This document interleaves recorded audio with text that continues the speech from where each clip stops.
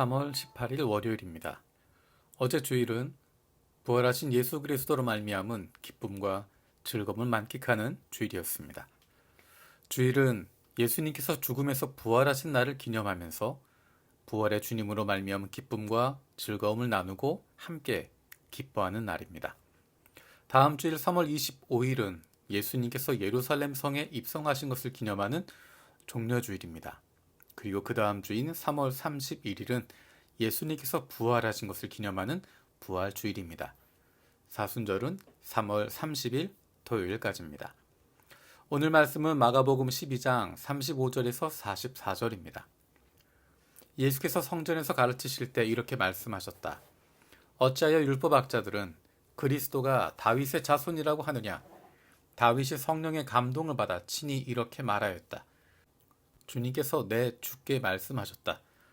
내가 네 원수를 네 발 아래에 굴복시킬 때까지 너는 내 오른쪽에 앉아 있어라. 다윗 스스로가 그를 주라 불렀는데 어떻게 그가 다윗의 자손이 되겠느냐? 많은 무리가 예수의 말씀을 기쁘게 들었다. 예수께서 가르치시면서 이렇게 말씀하셨다. 율법학자들을 조심하여라.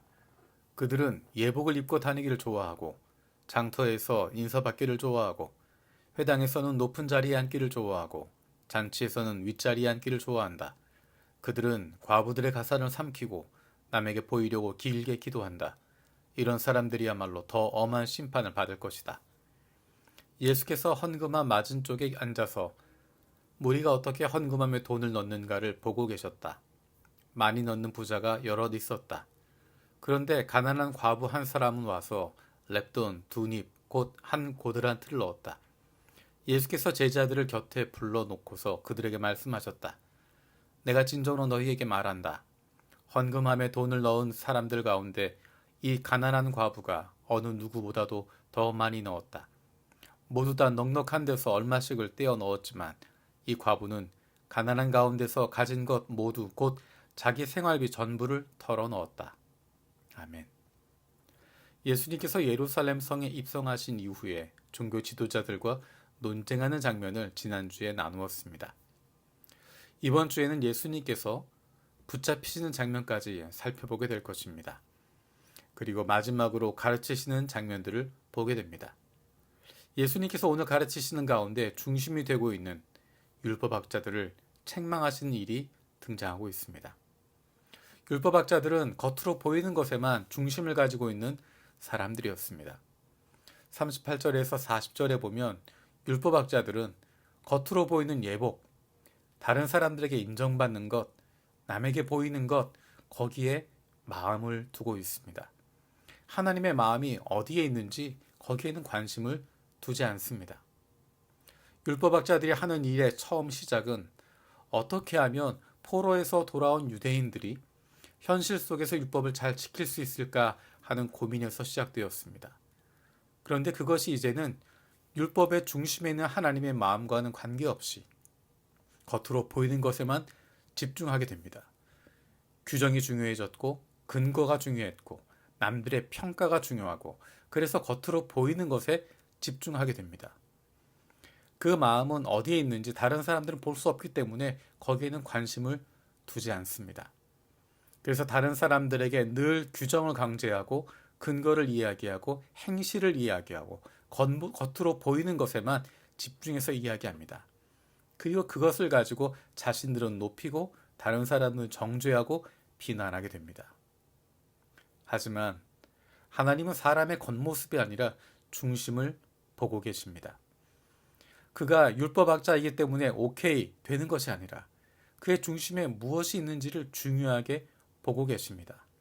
그 마음에 하나님의 마음을 품고 있는지, 그가 주님의 뜻과 같은 뜻을 품고 있는지를 보십니다. 아무리 올바르게 보이는 행동을 하더라도 그 마음에 있는 진심이 무엇인지가 하나님에게는 훨씬 더 중요한 것입니다.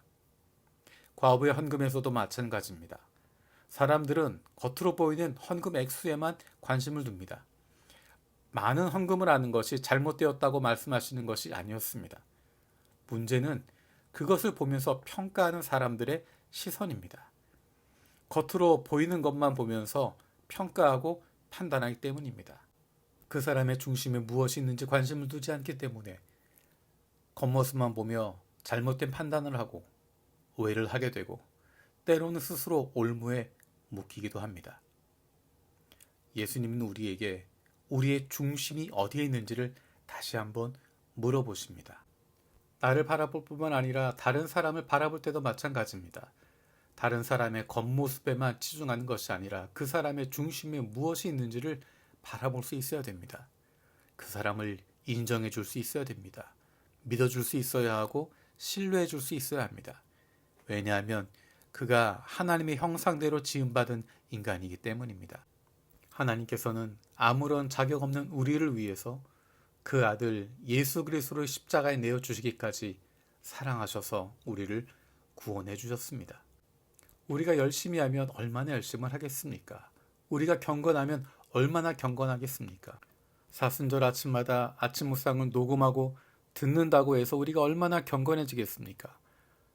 우리가 경건해지고 거룩해지기 위해서가 아니라 우리를 위해서 십자가에 달려 죽으신 예수 그리스도의 은혜를 기억하는 것입니다.